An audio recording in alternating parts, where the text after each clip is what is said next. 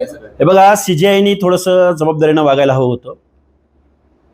Chief justice of India म्हणजे CGI जर असं बोलत असतील आणि तरुणांची संख्या किती मोठी आहे, त्याच्या हातामध्ये फोन आहे, अँड्रॉइड फोन आहे, सोशल मीडियाचा जमाना आहे, डिजिटल जमाना आहे.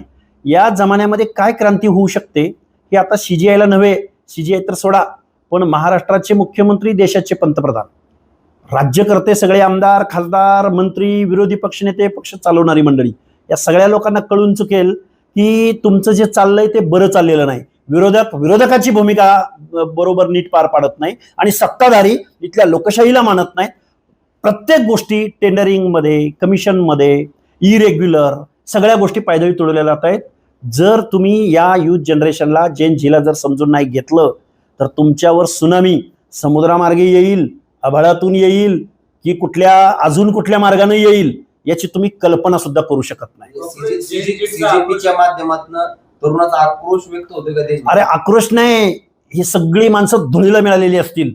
बरं, ही जी काही कॉक्रोच जनता पार्टीच्या माध्यमातून तरुणांच्या मनामधली भडास व्यक्त केली जातोय, आज प्रत्येक माणूस उठतोय आणि मी कॉक्रोच जनता पार्टीचा सदस्य आहे म्हणतोय आणि तो सोशल मीडियाला टाकतोय. त्यामुळं एका क्लिकवर जग एकत्र आलेलं आहे.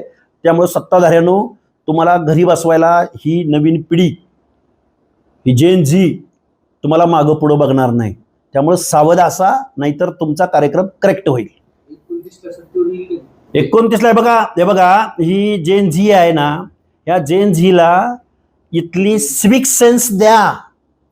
आता माझा इंग्लिश शब्द कसा आहे बघा, सिविक सेन्स जर त्यांच्याकडे नसेल तर इथं लोकशाही राहिली बाजूला, मतदान राहिलं बाजूला, सत्ता परिवर्तन राहिलं बाजूला.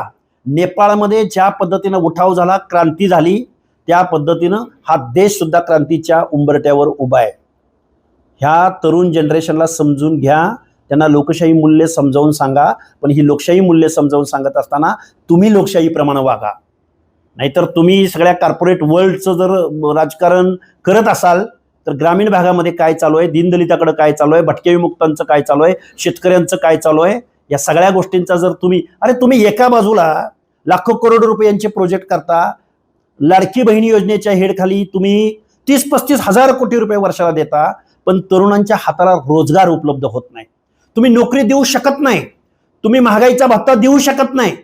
ही जी काही आत्ता हातामध्ये मोबाईल घेऊन बसलेली डिजिटल मीडिया ज्याच्या हातात आहे, त्या लोकांना जर असं तुम्ही बेरोजगार ठेवलं ना, हा विषय फक्त त्या सीजीआय पुरता नाही, हा विषय फक्त बेरोजगारी पुरता नाही, तर हा सिविक सेन्स जर या पिढीला नाही मिळाला तर क्रांती अटळ आहे.